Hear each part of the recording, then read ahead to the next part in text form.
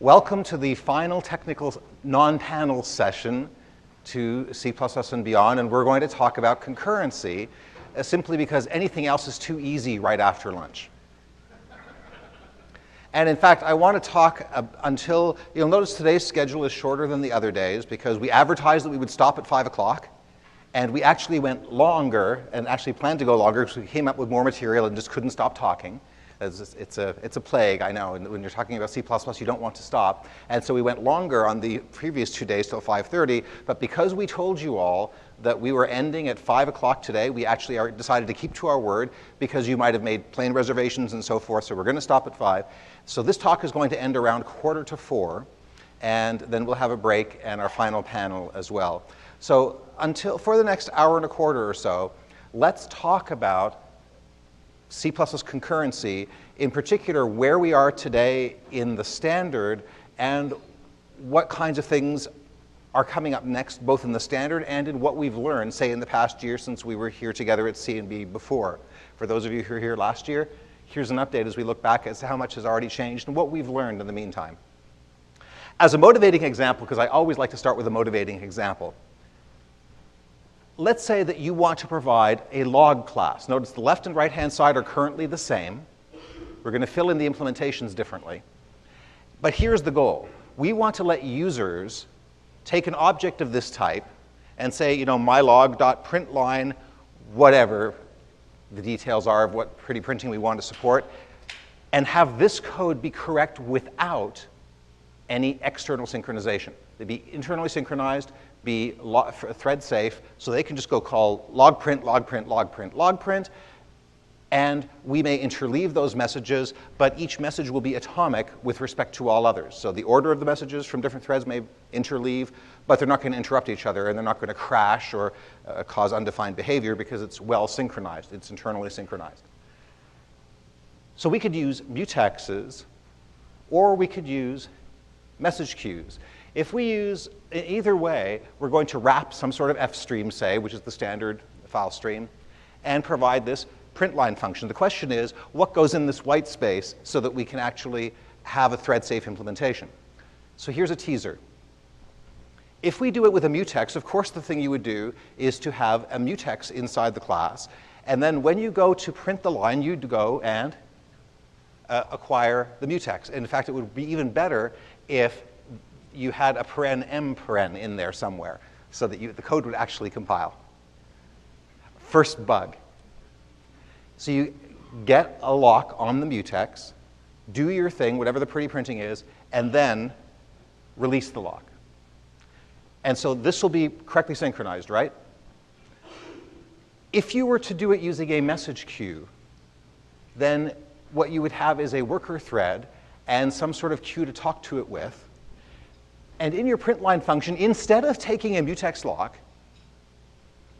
you would simply send a message, which is a functor, to the worker thread to be executed on the worker thread that does the work. And in this particular case, we'll go and notice we capture this. So the equals captures this. We capture the pointer to the F stream, so it's as if captured by reference. And then we send the message, and then on the worker thread, when it pumps and executes the message, then we'll do the work on the background thread. So we agree both of these are correctly synchronized. So tell me a little bit about the difference between the two. They both make this code work. They are both correctly synchronized, but they have different characteristics. Tell me about some of them, please.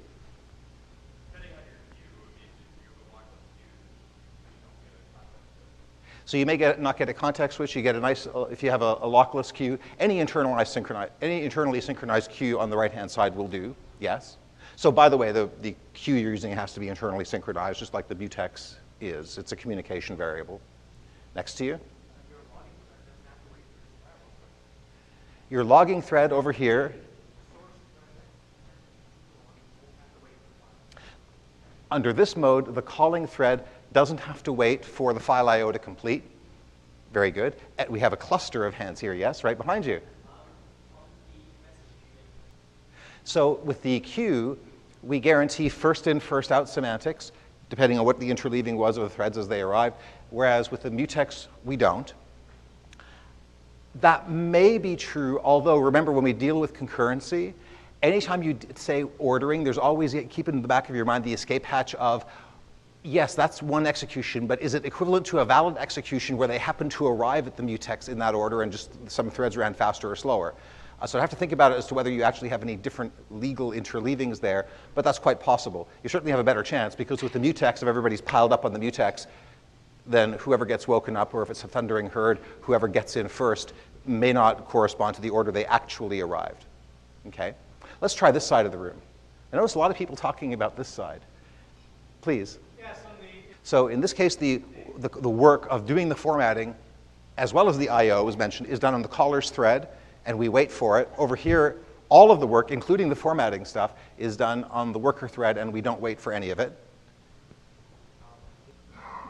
So if you have objects which know how to stream themselves, then this could be more expensive. Well, that's true. I see, because you're saying if you take a copy of those objects, I'm eliding the details. I'm going to assume that if you're going to do this, that you'll capture them in an appropriate way, hopefully by reference if that's safe. If it's not, yes, you may have to take a copy. That's true.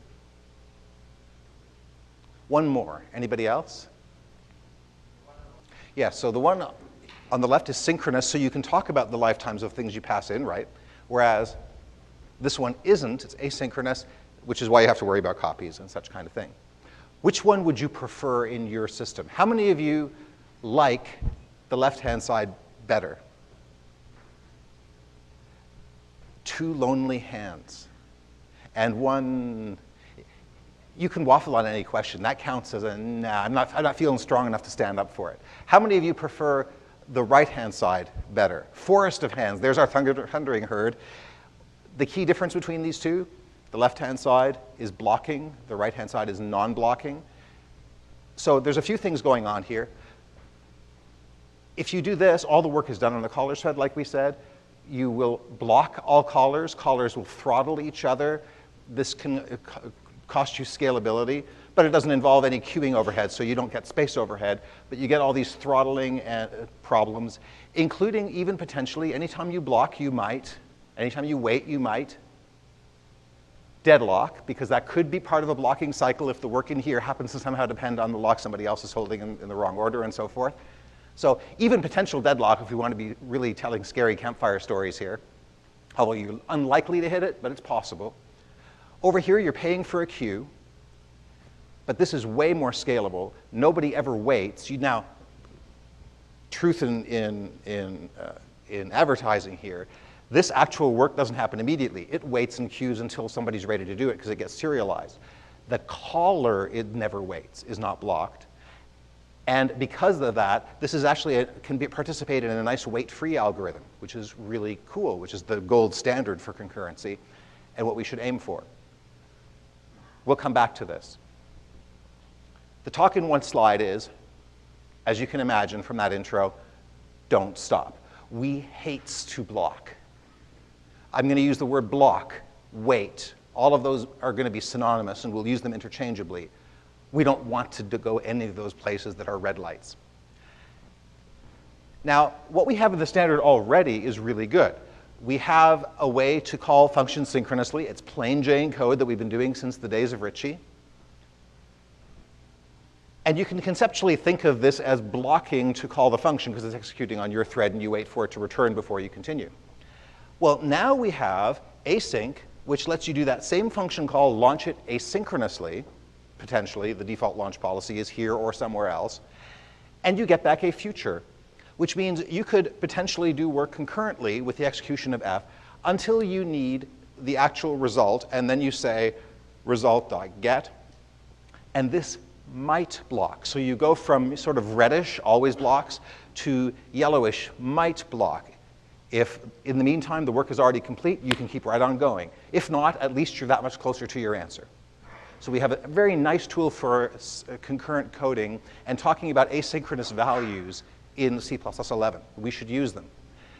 So when you need the value to do the next thing with it, you'll call future.get. When you just need the side effects to be complete, even if it's a future void, but you want to know the side effects are complete of whatever that task was, future wait is sufficient. And they both will block if the task isn't done yet, producing its value yet. This is great for usability because we can talk about future asynchronous values, but it is super essential for composability. It is urgently, vitally, desperately important that you be able to take library A and that launches some asynchronous work, and take library B that launches some other exotic asynchronous work that don't know about each other, and that they give you two things back that you can wait on together, that they traffic in the same types. Stood future is that lingua franca in C++ now of talking about asynchronous operations and handles to asynchronous operations or values. This is very important that you have this one very small but important common type that everybody can talk about. Unfortunately, that's a tale of the good. We'll get to the bad at the end. But in the meantime, let's talk about the missing. Because this is only half the story. What's in the standard now is exactly half the story of what we need. Fact of life. This is something we have just learned more and more, especially over the past 2 years, that blocking, waiting, ever is almost always harmful, even if it looks innocuous at first. So avoid blocking like the plague or whatever else you would like to malign in there that you think is the most horrible thing on earth you want to run away from. Blocking is worse than that. As data points, if you look at the most current and cool and responsive applications, iOS, Windows 8 applications, one of the key reasons they are so responsive is not just because if they're written in efficient languages, they can run faster on lower power processors. That's nice too. But by far the biggest reason, much more important than that even, believe it or not, is they don't wait. They're designed not to wait, to stay responsive. They don't do work on the GUI thread so that it doesn't take input while it's doing some other work that could have been done asynchronously. For example, in Windows 8's newest APIs, if you look at the WinRT APIs designed for the new tablet-style apps, those APIs are 15% of them are asynchronous. Furthermore, asynchronous only. You can't call them synchronously unless you tack on .wait at the end explicitly and say, no, I really want to be stupid. And if you think about what that means, 15%, that's a huge number. It's like 1/6 almost. There's a huge number of those APIs. So what was the criteria that led to that 15%?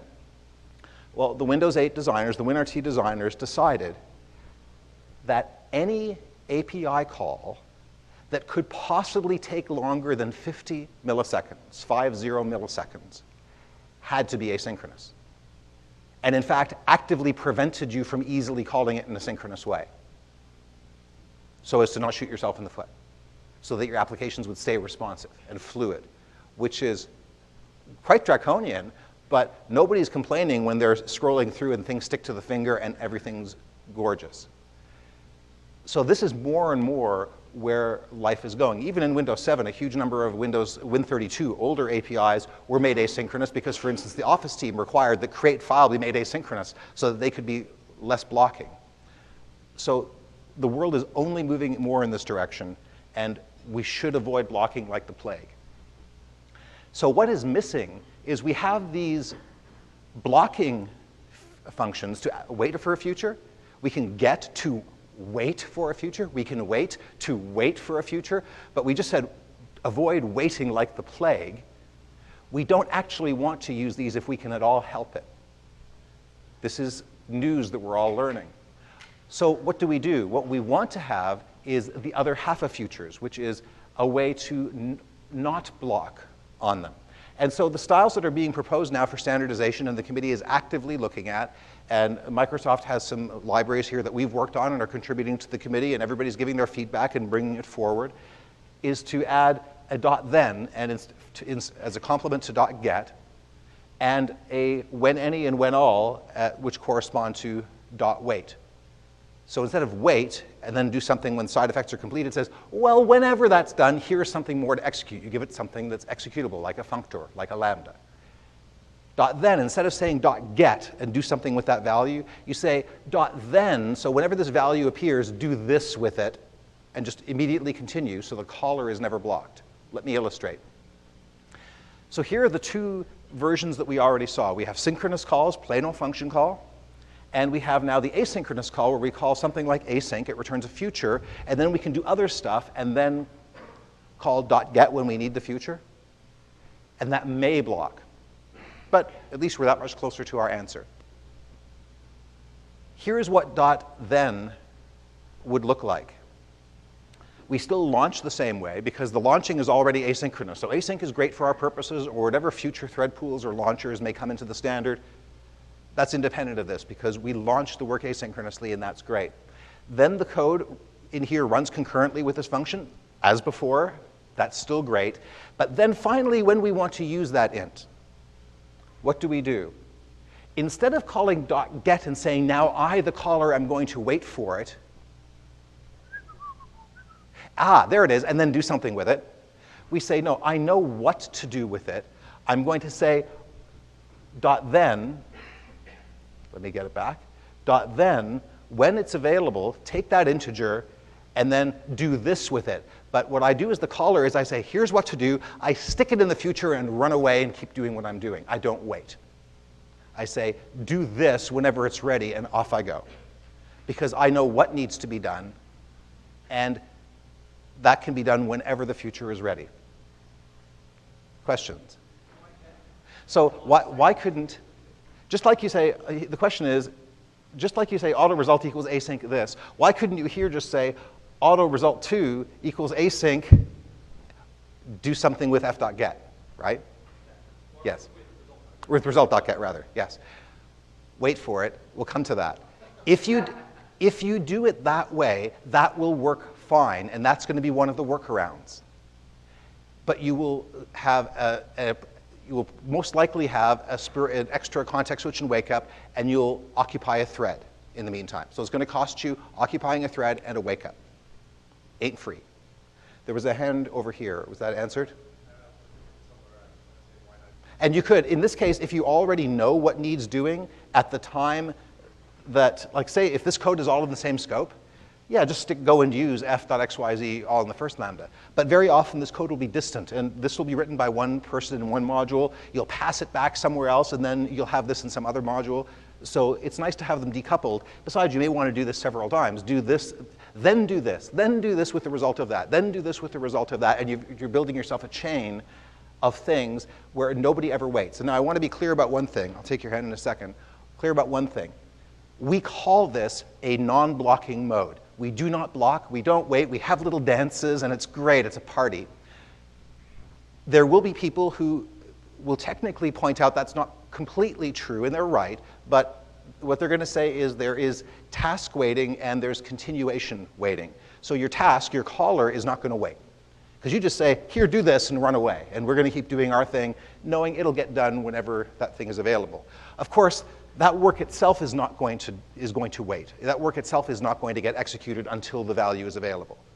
But that can't be helped. So we call this, even though this part does block, we call this a non-blocking style because it does not block the caller. What if the result variable passed out of the scope? For example, what if you returned it to somebody? That's fine. It's a future. It can travel around. You can store it in a global variable, store it on the heap somewhere, come back to it an hour later on a different thread, and say .get or .then. You're allowed to do that. So the question is, and you're thinking of what Scott said on day one, and I'm going to get back to later at the very end of the talk, so hold the thought. The short answer right now is, you're saying, what if this is all in one function scope, say? I do this, and then I return. Don't we wait for, doesn't this future, this wait automatically? Well, I'll come back to that at the end, but you don't have to do that. You can return it. You can convert it to a shared future and put it on the heap somewhere. So that's one possible thing that could happen, but it's not the only thing. You could store the future somewhere else. You could return it to the caller. Futures are movable, and there's also shared future if you want to take multiple copies, as many as you like, and scatter them all over the place. And then this will outlive the function scope. But I will come back to that at the end. One more and we'll continue. So the question is, when I said, and we'll come back to the workaround, that if you just repeated the async here, instead of saying result.then, you said auto result 2 equals async, blah, blah, blah, go and use r.get, say. And I claimed that would cost you a thread. And I should say probably, because the default launch policy and so forth. But why does .then not cost you a thread? Well, the answers are that you can have many options for scheduling, but an obvious and easy one is whatever thread finished that task, as soon as it makes the value, immediately without any context switch or blocking, goes and immediately runs the continuation. So that way, there's a thread that was running anyway, and there's no context switch, there's no waiting, and no wake up. So you can make this more efficient by having expressed it this way. With that in mind, we love this because this never blocks. And again, when we say never blocks, obviously this work is going to wait until the value is ready, but we never block the caller. Just like async on the function launch doesn't block the caller, now we're solving the problem that we're making the function result taking asynchronous so as not to block the caller. So now the question that you've already started asking is, well, hopefully the standard I've promised will consider including this. What can we do until .then? Pardon. I'm sorry, but not very much. Option 1 is use a library that has it. I happen to know one. And if you use Visual C++, for example, 2012, and use PPL task, task of T is very much like future of T. We deliberately named it something different than stood future because we didn't want to get in the way of standardization, but think of it as future of T. It happens to have a .then, as well as the when any, when all helpers. So that's one thing that you can do. And especially if you use auto, then you may well be insulated to the type changing later when you get a standard conforming implementation, should this become standardized, and the type change from task to future. So that's a nice path forward. The other way, which we've already discussed and has already been suggested, is, well, couldn't you just turn blocking into non-blocking by more async? After all, some is good. Right, so use async again. Now, it's at the cost of occupying a thread. And we could either call async, or you know what, if we're so happy about this and we do it all the time, why not write a templated function with 2 template parameters, Andre? Because if one is good, more is better. And have a trailing return type and use decal type and in 3 lines, it's wonderful. Now I can write, instead of f.then, I've got so close I can write then comma, then f comma. There's a win. At the cost of occupying a thread. This is a workaround. It's not as efficient as if .then were supported directly by future. But it works. It works. It also compiles. I tried it. So here's a useful fact. You can always turn blocking into non-blocking by waiting, and that costs you nothing. So that if you get, non-blocking into blocking. So if you have a future, if you have to do an async call, and you just need the result right away, it's an asynchronous call, but you just need the result right away, there's nothing else you can do, and you want to wait for it, easy, just tack on .wait. Go f my function, parameter, paren .wait, paren semicolon, and you just made it synchronous with no overhead. You just spawned it, no overhead beyond what was already going to be happening to spawn the asynchronous task, because you wait right away. If you want to go the other way, you can always turn blocking into non-blocking, the good thing. You can turn the bad thing into the good thing by applying async or the equivalent, some other way of launching async work. That's a standard way that's very good. And at the cost of occupying a thread, and you're borrowing a thread that you're going to be sitting on. It's going to be quiet, it's going to be quiescent, but you're going to be borrowing it, and then after sitting on it a while, you're going to get a wake up. So there'll be that overhead. There was a question near the back. No? This side. So if you call .get, you know it's going to run on your thread, you have control. Your question is there going to be some way of saying a scheduling policy so that there'll be some default, which is nice, presumably continue running this on whatever thread produced the result, if that's possible, or having a schedule and execution policy? Yes, and in fact, both Microsoft and Google have proposals about that, and we're working together on this proposal. So Jeff Yaskin and Chandler Caruth at Google, and our folks, Nicholas Gustafsson, and Artur at Microsoft are working together on this proposal to see what the best way is, and we're getting feedback. So we got some feedback on this in May at the concurrency subgroup meeting, and we're going to get some more, no doubt, 2 months from now. But lots of people are working on this to make sure you have the right kind of policy. And in fact, that scheduler that execution context, which I think is one of the proposed names for it, might even be something separable you can use in other places too. So I'll leave the details alone because they're still in flight, but yes, you will be able to have some control. If we do this, never assume anything, but we hope to do this, something like it, then you would also get some control. Yes, so the question is, it could be that since you have this idea of dot then, you might want an async with a chain where you say, get the result, do this with it, and then get the result of that and do this with it. And it's what you already saw. With dot then, it turns out that most of the use cases that we've been discovering, at least in the last year or so, by the way, this is available for all that asynchronous Windows 8 programming with PPL. That's one of the reasons why we had to do it, was to make sure it was as future-like as possible, but worked really well with all the Windows 8 asynchronous stuff, so it works nicely in C++ as well, at least in this compiler with that non-standard extension, yet non-standard. One thing we found in practice is the average number of dot thens you write is 1. Because you typically launch something, and you know what you want to do with it at the end, either at the launch site, in which case you put it right in the original async, or you get the thing back and you know then or pretty soon what you want to do with it, or you pass it back to one guy who knows what to do with it, and you typically call dot then once. However, sometimes another pattern, which is not the most common case, but it also happens, is you see dot then, dot then, dot then, as not in the same scope, but as each, say, caller, as you go back out through a call tree, or you pass it along for different stages of processing, tacks more things on. And you've expressed your program as a nicely beautiful set of small work items that can run asynchronously, and yet be deterministic, and you can reason about your code just reading it, and that's a very powerful thing. So having said that, there's a useful fact. However, this brings us to the second part of our two major parts. I wrote an article called "Sharing is the Root of All Contention." That was the name of the article. It is very true. If you haven't read it lately, please read it. Read it on your way home, read it at home, read it to your children if they can't sleep at night. I assure you it will solve that problem. Works great on wives too. It puts everyone to sleep. But the point is, as long as anything is shared, you immediately, without even thinking about how is the sharing managed, is it multi-threaded, are you using mutexes, the threads, are you using queues, you know you're going to have contention.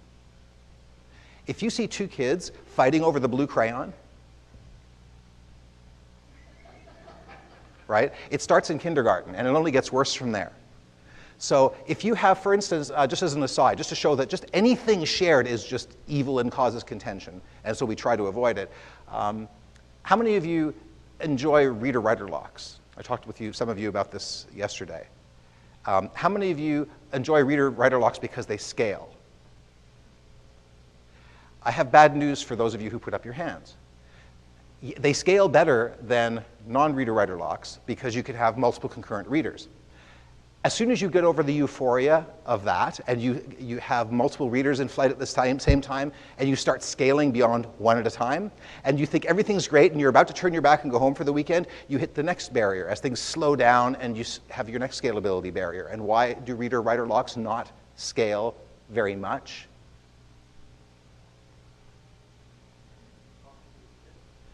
Counting the readers, who said that?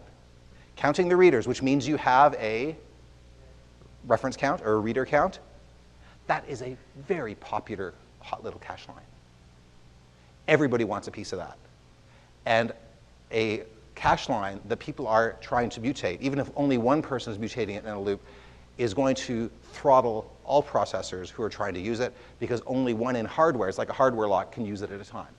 And it's because of that count. Even that little bit of sharing, that little bitty count that couldn't have hurt anybody, will become your next bottleneck. So sharing of any kind is the root of all contention. We would like to avoid it. Now, let's talk about when we do have to have shared objects and resources. We would like to avoid these where possible, so that's my preface. However, sometimes you are going to have them. When you do have a shared mutable object in memory, you're going to have a data race unless you synchronize access to it. And so the usual way we do that is using a mutex, right? Just like we had in the left-hand slide of the first slide. Use a mutex, you grab the mutex, waiting if necessary, you enter your critical section, do your stuff, and unlock so the next person can get in, right? It's synchronous, it's blocking, but it's correct. That's the basic tool. A very common pattern, which is often abused in an anti-pattern, but sometimes is correct and useful, is to have an internally synchronized object for historical reasons from back in the day, because this was invented at the very dawn of computing, like most useful things. It's called a monitor. Java people will recognize it as a synchronized object. And again, that's often an anti-pattern. It gets abused when it shouldn't be, but sometimes it's the correct thing, where you take a lock per method call, for example. Every member function you call takes a lock, does its stuff, and gets out, so that you can use this object without any external synchronization and just call member functions on it, and it internally synchronizes them and runs one at a time. This is the tool.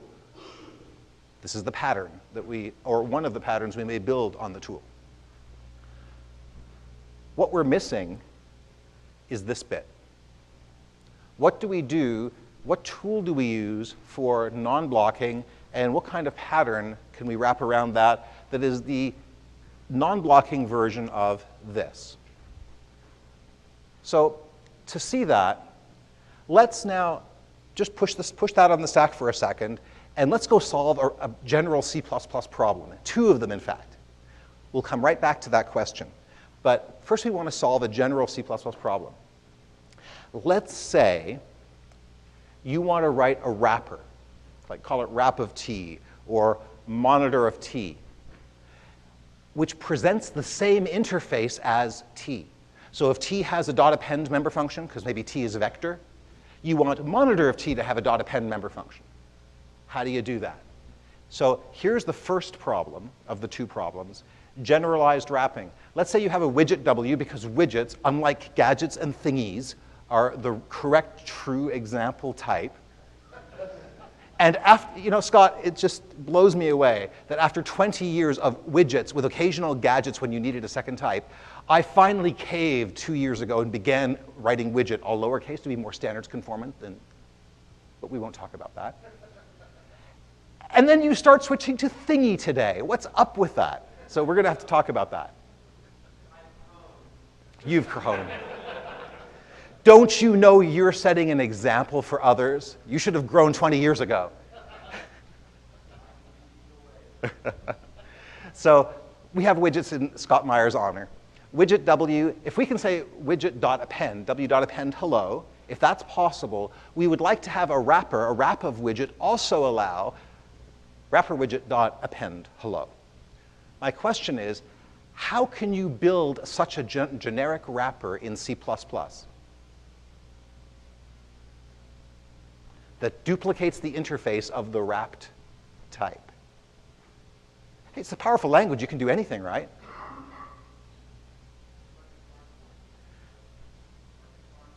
Like a smart pointer.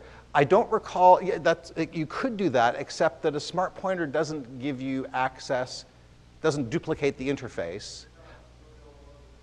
So yes, because what you can do is a smart pointer lets you dereference, so it gives you access to the object, and that's one valid way of doing it.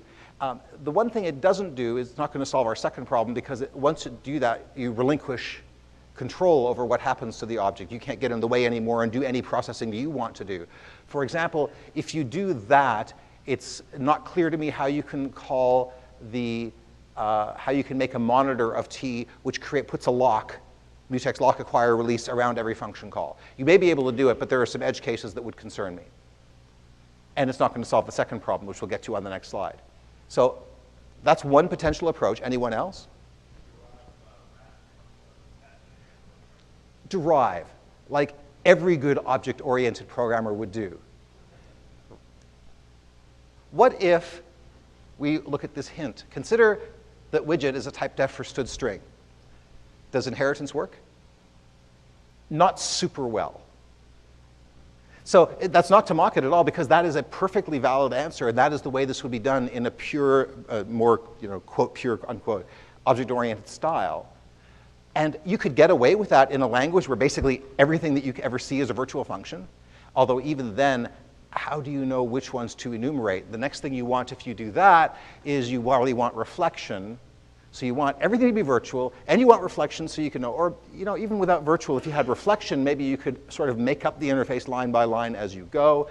If you're using D, you'd probably create strings containing more code and then compile them in line, just because you can. But even then, some things are hard to wrap. Like, for instance, if you have constructors. Constructors are notoriously difficult to wrap. And operators. Non-virtual functions, there's a key one. Templates, including templates that might be specialized.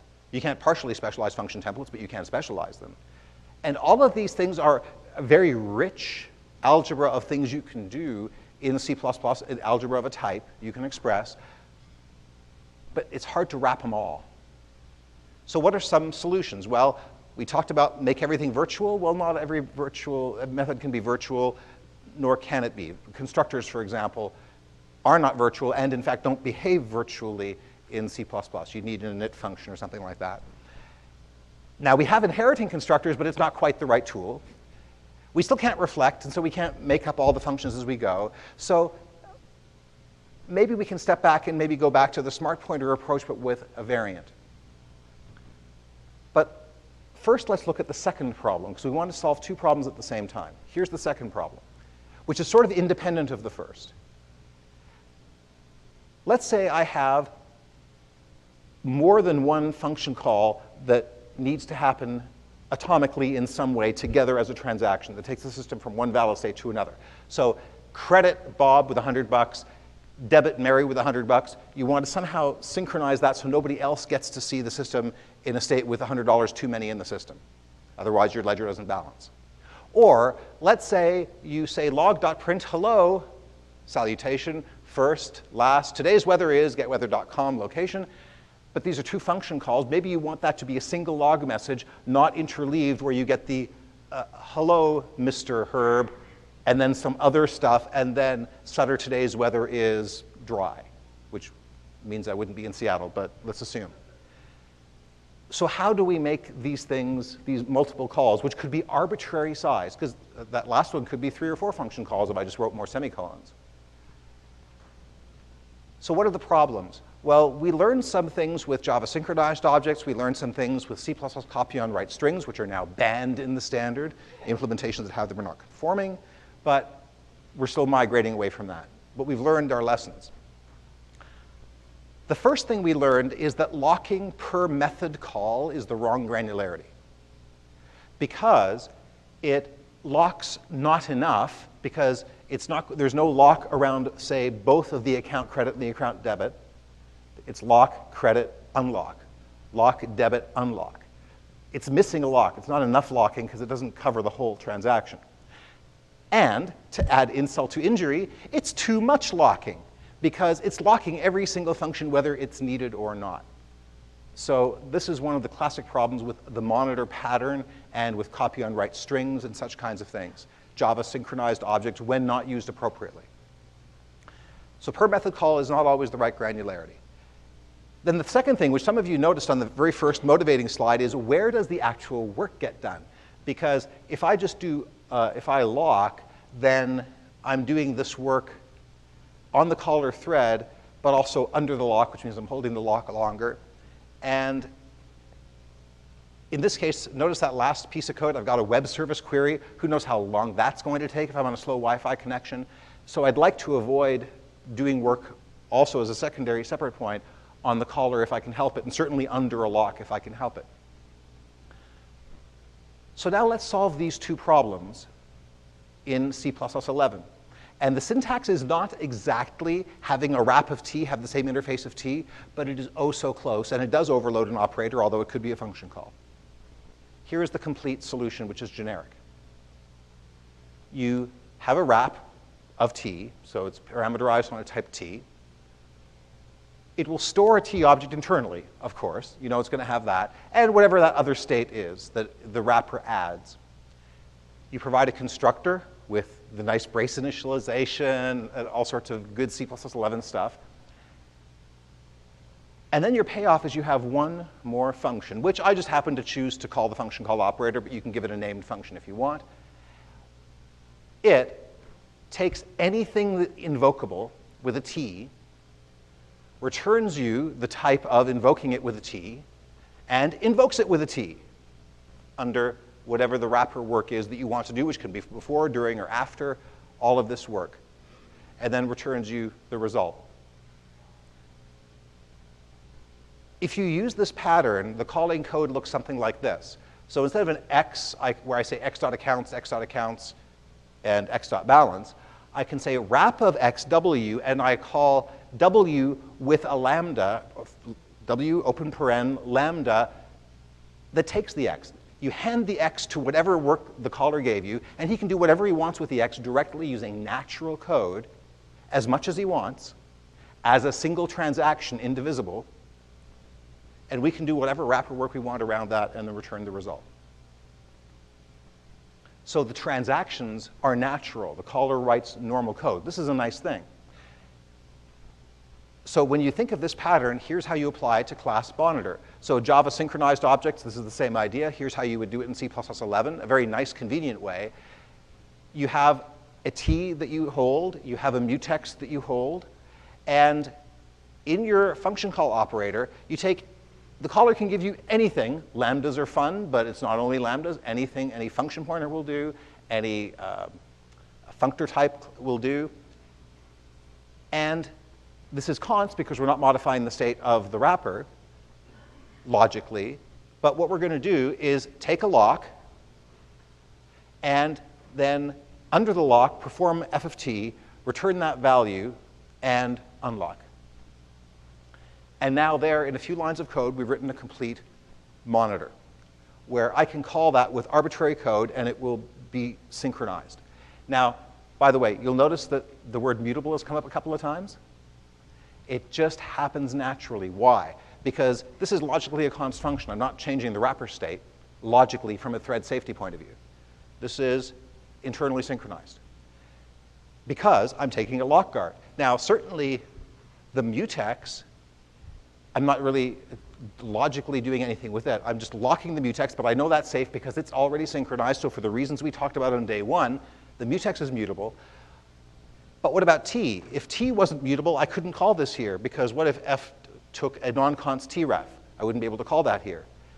So we might say, well, isn't it kind of an abuse to make the t mutable as well? No, because mutable means thread safe. And thread safe means either one of two things: bitwise const or already synchronized. It's synchronized. Therefore, it's perfectly appropriate to make that mutable because it does not, it's internally synchronized. In fact, that's the whole point of the pattern. That's why the data members are both mutable. Key thing, if you see a data type with all the members mutable, you know it's an internally synchronized type. Because that's what its whole purpose is, and to protect the shared state this way. So there's monitor of t. Here's how we might use it. Let's say we have a monitor of string. We'd probably have some more interesting type, but strings are fun, so let's just do it with a string. Besides, string has, last time I counted, 113 member functions, constructors, templates. And so, you know, what's a few? It shows we can wrap all that in just a few lines. And here's what you can do. I have monitor of string, and I initialize it with some value. Notice I can construct it just like a string because it's got that constructor that constructs from a string. Then I'm going to, in a loop, just start launching some async work. You'll notice the async work going on here. So I'm going to launch a bunch of async work. I'm going to start a first transaction. In that transaction, I want to say, OK, I want to use the string. So I just write this little incantation that returns me the internal string, and I can do whatever I want with it. This is guaranteed to run under the lock. So I can append to it. I can append a space. I can append toString of I, which is standard now, by the way, in case you didn't know. ToString, we now have in the standard. I know, it's such a long time. And then even on another line, do another function call. So there's multiple function calls going on here, but it's OK. It's all a transaction. It just naturally works correctly. There's going to be no interleaving in the middle of this. And then I finish the transaction down here. Then I start transaction number 2 to output it. And again, that's going to not interleave with any other work. And remember, I'm doing all this in a series of async calls that I'm spinning up. So there could be a bunch of these transactions happening at the same time. Good thing it's synchronized. And then at the very end, I'm going to go through and wait for everything. So what does this actually look like? Well, note again, here I've got one transaction. Here I've got another transaction. Here are actually 2 possible executions in different colors that I got on my actual machine. And you could have lots of more interesting executions. But the key thing I want to point out is that this first transaction, we can clearly see, was never interrupted. So that worked correctly because toString of I pick a space, toString of I, and append a new line. And obviously, I'm not getting any torn lines there, so that worked correctly indivisibly. Also, my writes to cout happened indivisibly. Hooray. Now, the order in which these transactions interleaved was different, but that's what I knew I was getting. I'm saying here are the transactions of each thread, so of each async call happened in order, but of multiple threads could be interleaved, but they were correctly synchronized, so they would go one after the other in some legitimate order. Now, if you look at these executions, if you get down to these first bars, what's interesting, what can you say has happened when we get to that bar? How much of the workload have we executed? So we've got every thread is doing one transaction, or two transactions, it's doing one transaction to cobble together a string, and then a separate transaction to output it. So if we get to those yellow bars in each execution, we know we've done at least what?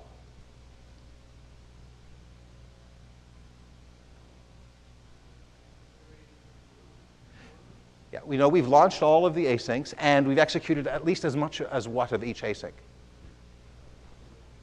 The first transaction of each async, right? Because somebody eventually did a cout of the whole string, and of the string, and we see that all of them have been created. So we've written all of the 0, 1, 3, 4, 2. It happened to be in that order that the asyncs created them. But we know all of them have done at least this much. And then we go and we drain the queue of printing out the other, running the other transactions, and they go and print out the rest of the string as we keep adding and adding to this string. But it's all nicely synchronized. Any questions about that? I know Scott has a question about that. It's a very, very good question. What's your question, Scott? He has no idea I'm going to do this. Your question is about this. What's your question? Why is it not a polymorphic lambda? I know. Why don't we have polymorphic lambdas? We should have polymorphic lambdas. You're right. Post C++11, Scott mentions this every time I talk about lambdas, so I knew the question was coming. And he's completely correct. We should have them, because once you have them, then this pattern gets really slick with very little syntactic overhead. Because basically, this would be one of the potential syntactic shorthands for the parameter being autoref, the type being autoref. We don't have that yet, but we can still do this, which ain't half bad. Now, we don't have to limit ourselves to a string. Did you ever want to synchronize cout? We just wrote it. The monitor of T already does that. We just have a monitor of ostream reference, because remember, we can't copy, and we don't want to copy that cout. We want to use the cout that's already there. I'll just wrap it. Now I have a monitor, notice I'm saying of ostream reference. Now I have a synchronous cout. I initialize it with cout. And this is exactly, I think this is exactly the same code, roughly, I had before. Here, I'm just doing something different in the actual print part of it. And as I go through, here's one potential execution. And you can see how this is all very nicely ordered. We don't get messages interrupted. The messages as a whole interleave one after the other correctly, but they don't interrupt each other. They don't conflict. They play nice. Nicely synchronized. And I could even print done after I join. And I remember to use sync cout here, not cout, because then that way everything's synchronized.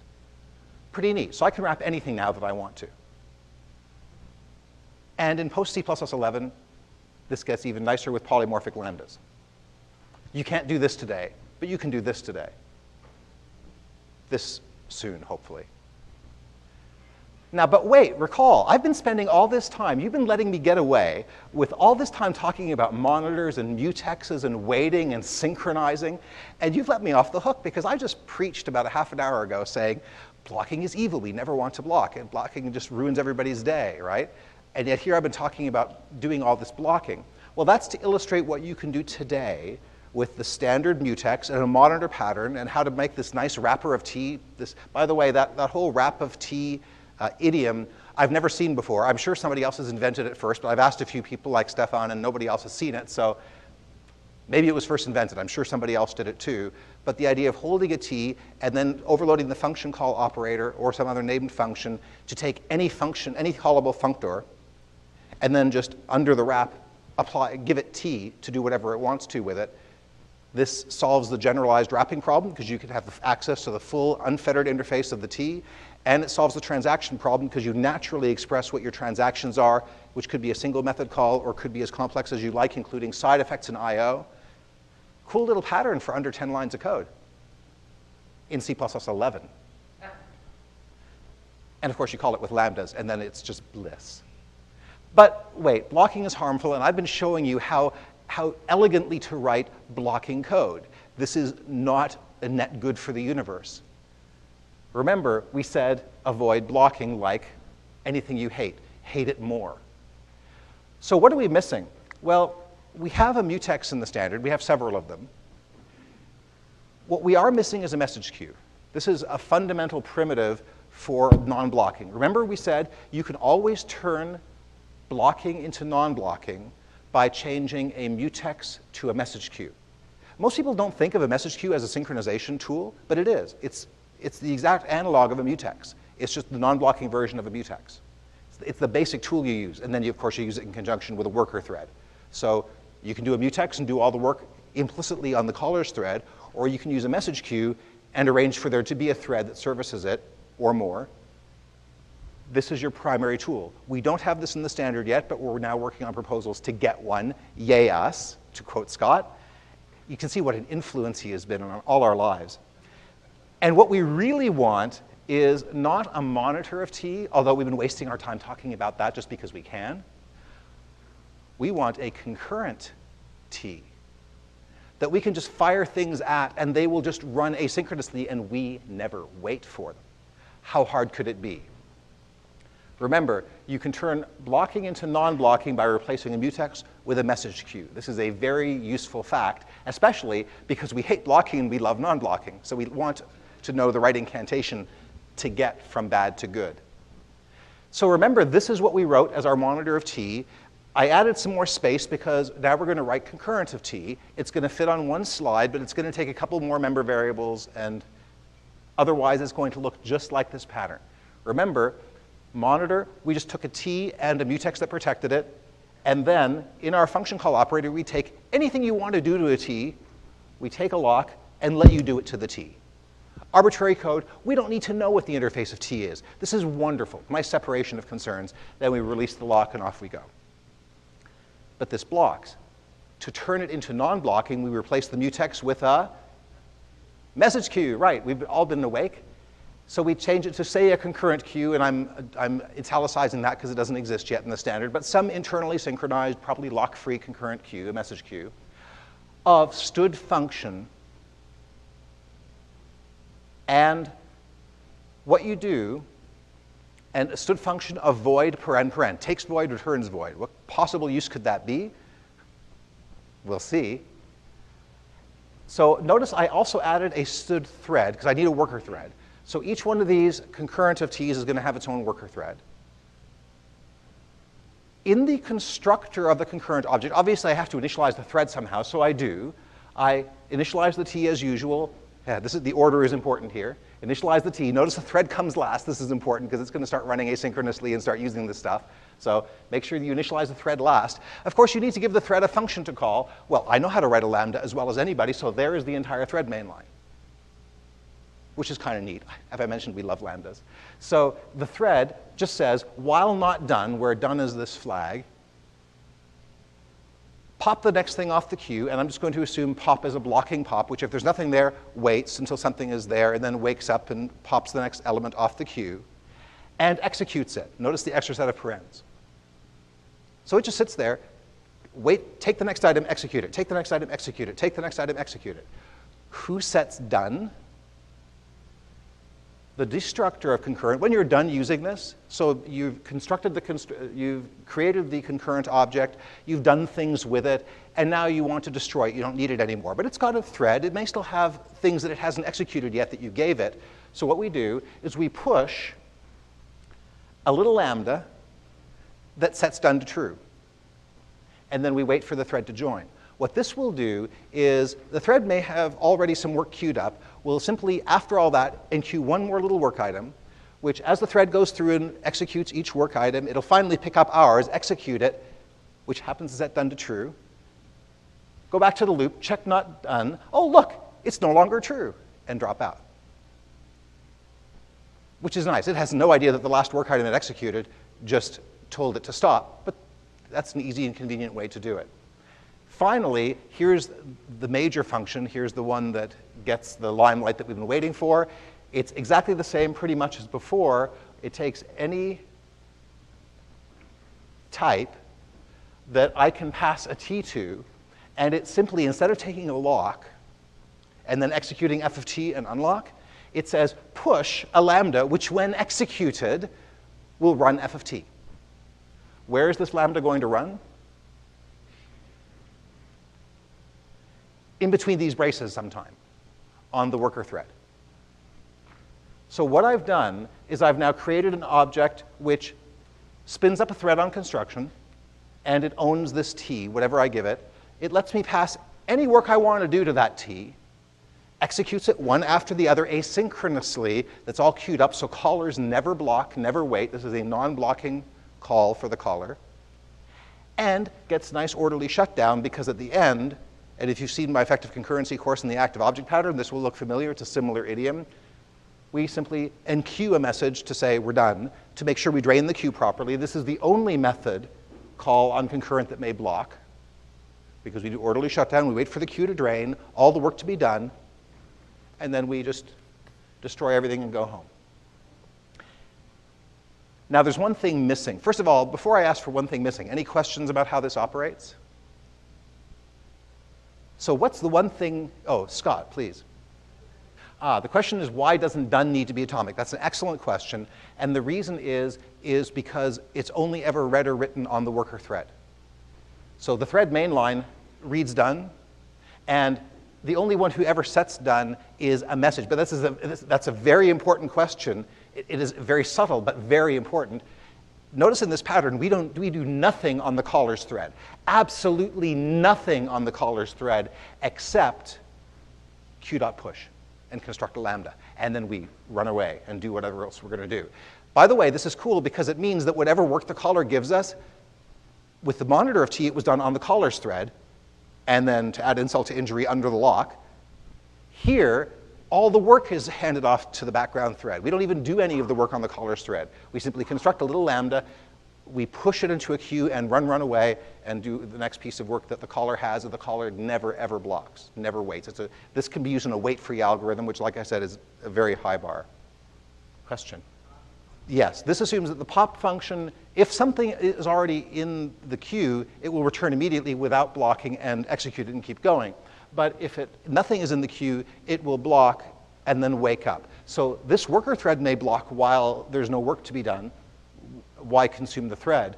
But the caller won't block. And again, in full fairness, this continuation, it's still the continuation style, the piece of work you give it, will also block. It's the caller who won't block, and therefore we call this a non-blocking. It's a wait-free algorithm for the caller. Obviously, the work is synchronized, but it's synchronized somewhere else where we don't have to worry ourselves about it and we can keep going. Now, let me ask what's missing from this version.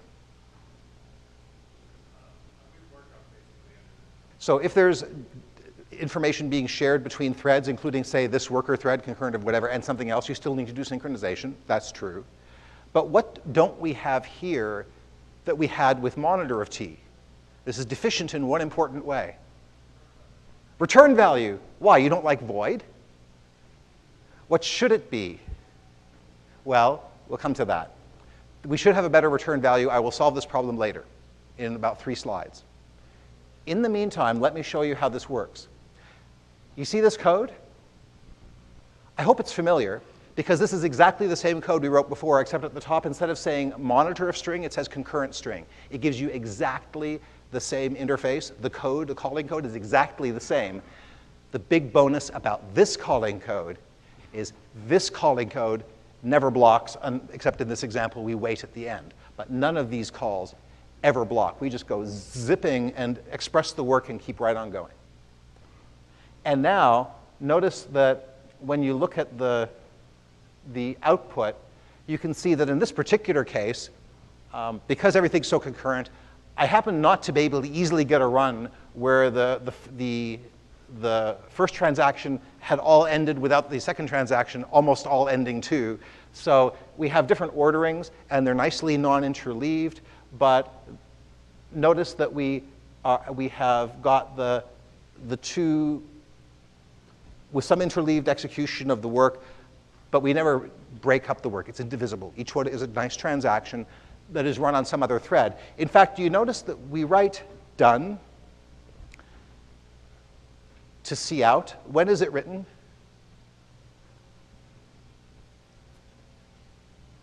So you can see how asynchronous it is. Now, there was a question at the back. Hand went away. Question here. Oh, and lest I forget, sorry, for Scott, yes, we ought to be able to do this with a polymorphic lambda, but this works today. This will work tomorrow. Isn't it so cool? Your question. So pop blocks if there's nothing in the queue. So we try to avoid spinning here. And the idea is you would want to use a concurrent queue that has the equivalent of this operation. And so it might, the spelling may be different on a particular queue object or class you have. But the idea is you have a pop which waits if there's nothing, blocks, lightweight, and then is woken up when somebody pushes something into the queue, and then wakes up, gets it, and then we execute it in a loop. Of course, if there's something there, we can keep right on going.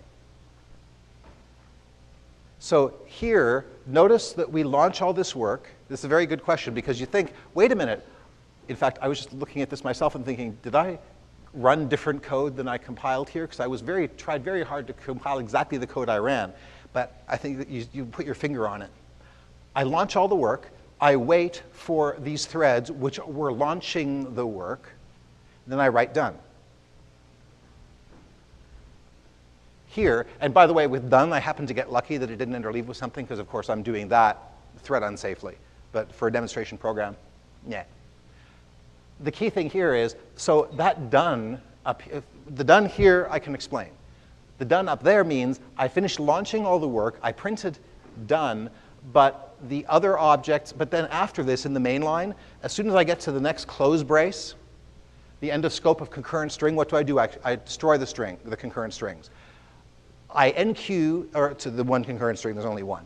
I NQ, done is true, and block and wait for it, so it's still orderly shutdown. I'm not having something extend beyond the end of main.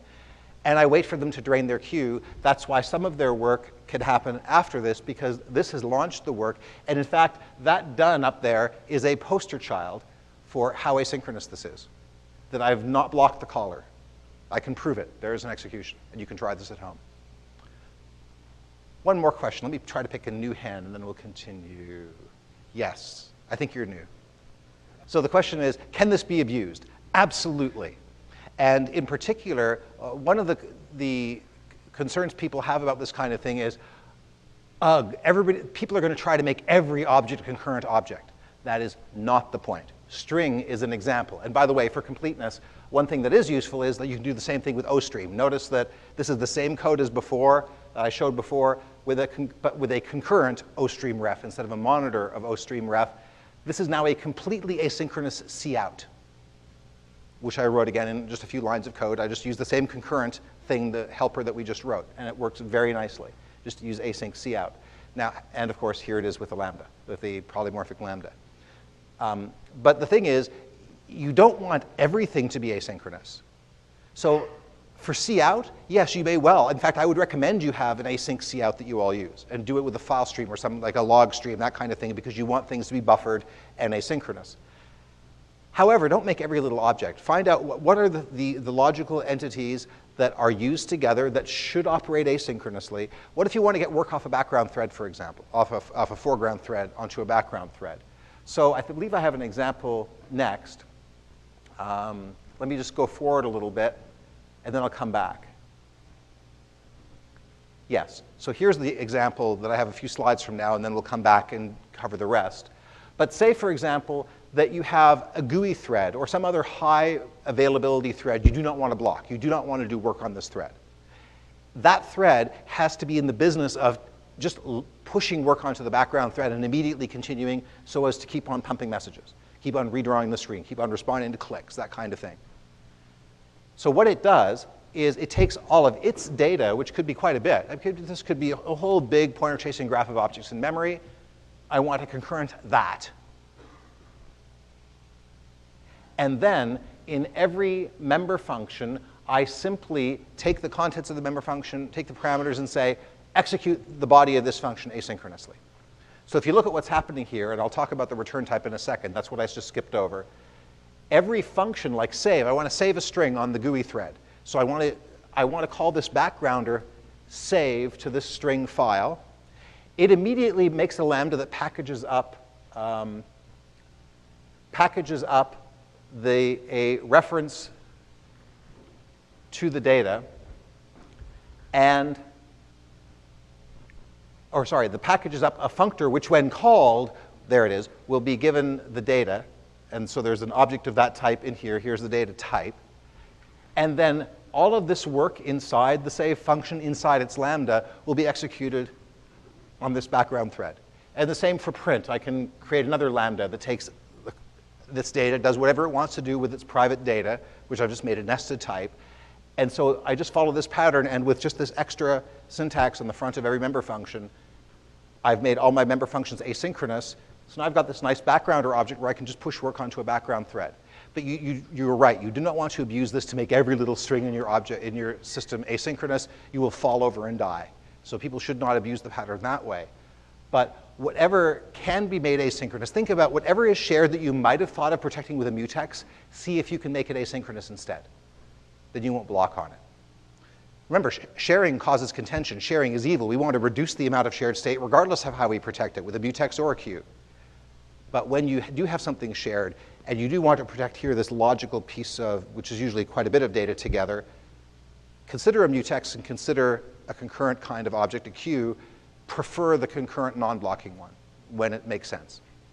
Now, I skipped over the part, if I go back a couple of pages, to the one thing we didn't have is a correct function call operator that returned the return type. So I won't dwell on the details here, but here's how you write it, and this code works.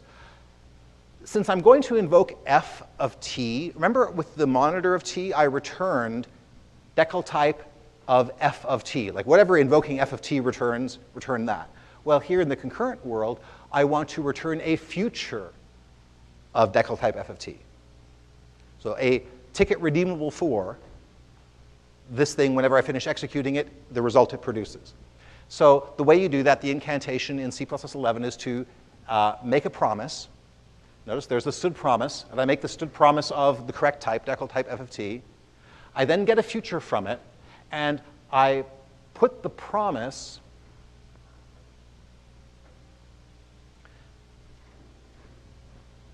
here. This is the function I push into the queue to be executed on the background thread. I push the promise, I capture it, put it into the background thread, and I try to execute f of t. If that succeeds, I set its value. Otherwise, I set an exception.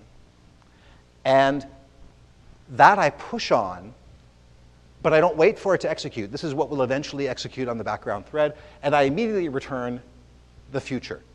So I create the promise in the future, send the promise in to be filled when I execute the thing, immediately return the future, and now I get out of the way, the caller can keep running, and I've queued up the work which will eventually complete. There is a problem with this code. What is it?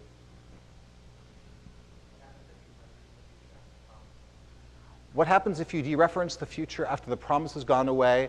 I believe that's not an issue here because the promise is going to fill itself. It's going to execute sometime, and you either are going to look at the future or you're not. But future set value has two overloads. It has this one, and it has an empty one that takes nothing for void. This won't compile if t is void. To make that work, you call a helper, and I'll let you read the code at home. You call a helper, which basically you overload for promise of something and promise of void. And inside promise of something, you call the code we just said. And inside promise of void, you just call f of t and then call set value, which does nothing. It would be nice if this was a little more template friendly, but this isn't so bad. And if you're doing this a lot, you might as well just keep these around to call, because this is how you set the promise and take care of the void case as well. So the question, somebody asked, how does async work? And Scott's pointing out this is the essence of async. That's exactly correct. In fact, that's a pretty good implementation of async. Well, actually, Anthony would know a better implementation, I'm sure, but this does pretty much the stuff async needs to do. Yeah. So if f of t, the reason we do this, of course, is if f of t succeeds, we set the value. But if it throws, we correctly store and propagate the exception.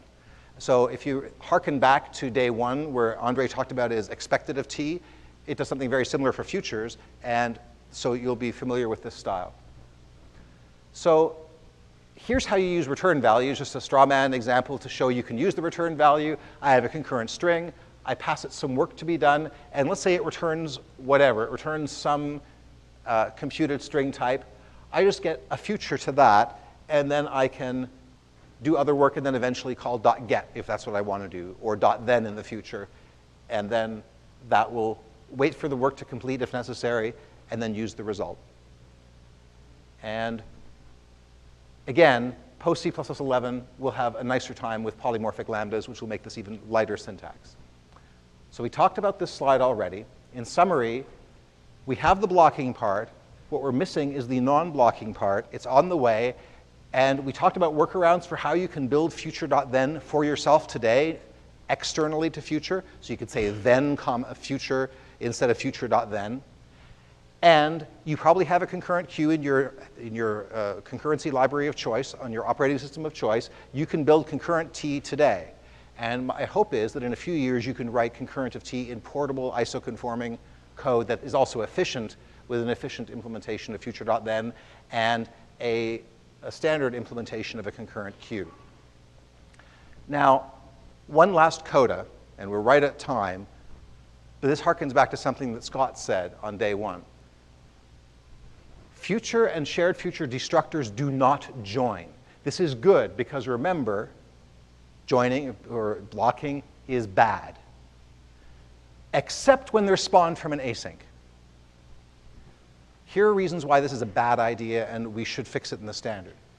Consider these two pieces of code. I say async f, async g, or auto f1 equals async f, auto f2 equals async g.